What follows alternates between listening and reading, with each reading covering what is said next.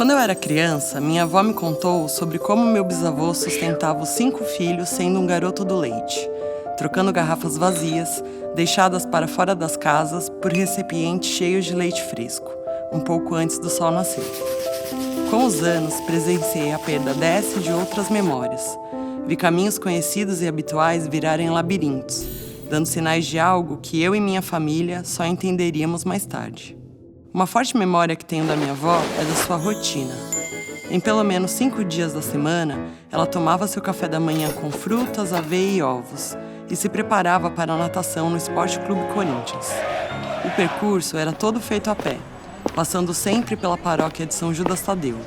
Ia de Tamancos, pelo bairro do Tatuapé até o clube. Por lá, completava voltas e voltas nas raias da piscina semiolímpica.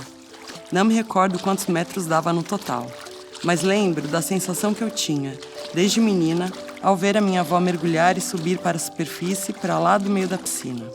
Ela tinha 72 anos, era independente e nadava muito. E talvez por inexperiência, inocência ou medo, eu não imaginava que aquela independência poderia acabar no esquecimento.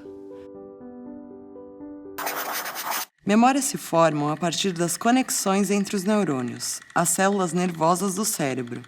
Cada tipo de memória tem um papel diferente e é guardada em regiões específicas, sendo que essas conexões se fortalecem conforme são usadas.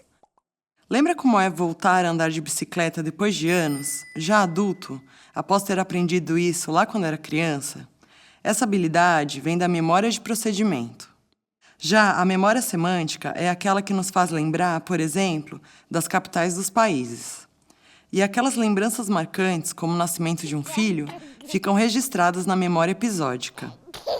Para algo mais rápido, como memorizar uma sequência de números que logo será esquecida, usamos a memória de trabalho.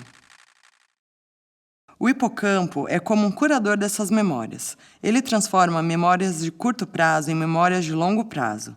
Depois, essas memórias são armazenadas em diferentes partes do cérebro, como o córtex cerebral. A partir de um período da vida, minha avó começou a repetir algumas histórias, o que me pareceu normal. Ela já estava perto dos 80 anos. Estranho foi quando ela comunicou que pararia de nadar. Eu nunca soube o porquê dessa desistência, mas foi depois desse anúncio que as coisas começaram a declinar.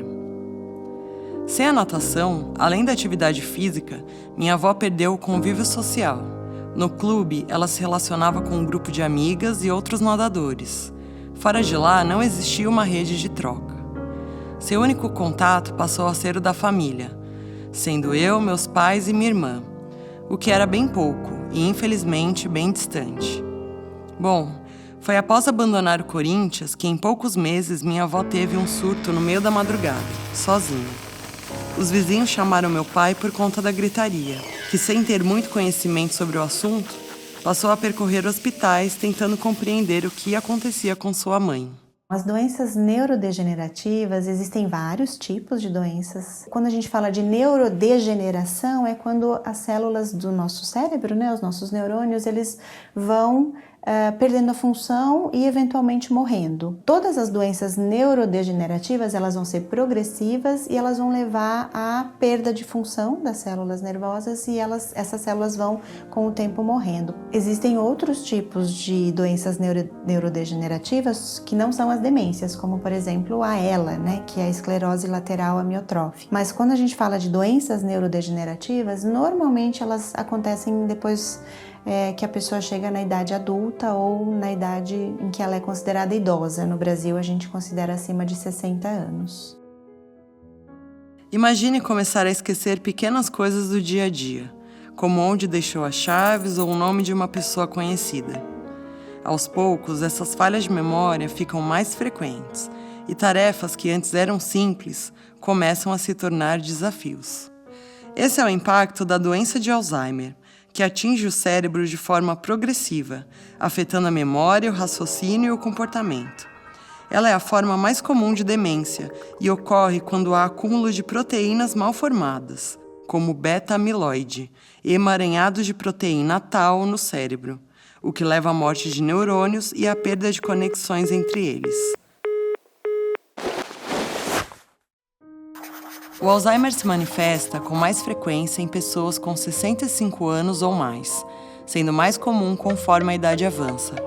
A maioria dos casos é diagnosticada em idosos nessa faixa etária e o risco de desenvolver a doença quase dobra a cada 5 anos depois dos 65.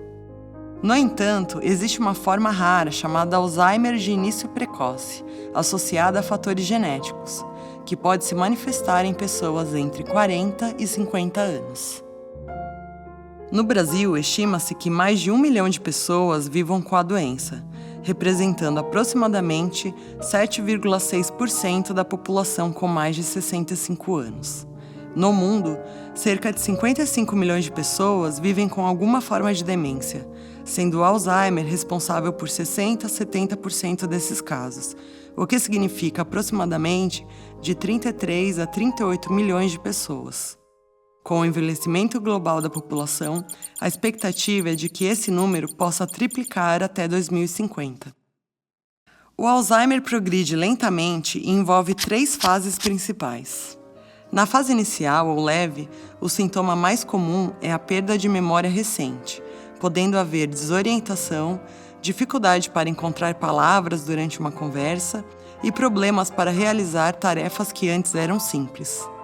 Na fase moderada, os sintomas ficam mais evidentes. A perda de memória se intensifica, afetando não apenas eventos recentes, mas também informações pessoais importantes. Na fase avançada, o Alzheimer afeta gravemente a capacidade cognitiva e funcional. A pessoa pode perder a capacidade de se comunicar de forma clara, de reconhecer familiares e amigos e de realizar tarefas básicas, como se alimentar ou se vestir. A doença de Alzheimer não é um atestado de óbito para as pessoas. Quando imagina uma pessoa com demência, a gente imagina uma pessoa já com problemas muito graves, acamada.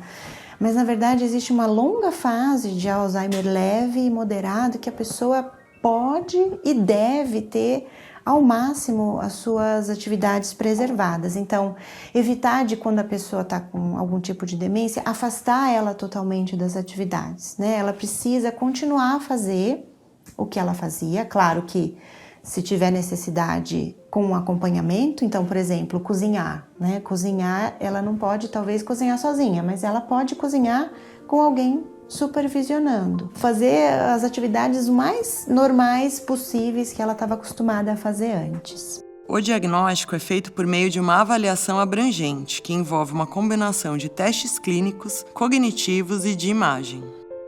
Exames de imagem como a ressonância magnética ou a tomografia computadorizada são frequentemente realizados para observar alterações no cérebro e descartar outras condições que podem causar sintomas semelhantes. Além disso, em alguns casos, exames laboratoriais podem ser usados para apoiar o diagnóstico. Os biomarcadores sanguíneos estão ganhando destaque por serem precisos e conseguirem diagnosticar a doença em fases pré-clínicas. Quando minha avó foi diagnosticada, meu pai entrou em uma mistura de desespero com despreparo, mas fez o que pôde fazer. Hoje, conhecendo mais sobre o assunto e sabendo que minha bisavó também teve alguma doença neurodegenerativa, eu me preocupo com qual fator genético fomos sorteados. O que me conforta, pelo menos um pouco, é saber que existem 14 fatores de risco modificáveis para a demência, que foram destacados por um estudo publicado recentemente na revista The Lancet. Esses fatores são condições e hábitos que, se evitados ou controlados, podem ajudar a reduzir o risco de desenvolver a doença em até 45%. A doença de Alzheimer ainda não tem cura, mas é possível amenizar os sintomas e retardar o progresso da doença com tratamentos disponíveis.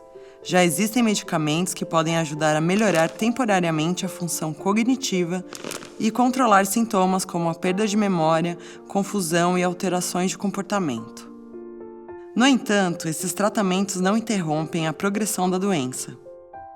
Além dos medicamentos, intervenções não farmacológicas, como terapias cognitivas, ocupacionais e mudança de hábitos, podem melhorar a qualidade de vida do paciente. Manter-se fisicamente ativo, socialmente engajado e ter uma dieta saudável são fatores que podem ajudar a aliviar os sintomas e promover o bem-estar. Familiares e cuidadores podem buscar apoio, informação e capacitação em associações como a ABRAS, Associação Brasileira de Alzheimer, e a APAS, Associação de Parentes e Amigos de Pessoas com Alzheimer, Doenças Similares e Idosos Dependentes. Eu me chamo Carla, minha avó se chamava Lídia e ela ainda vive na minha memória.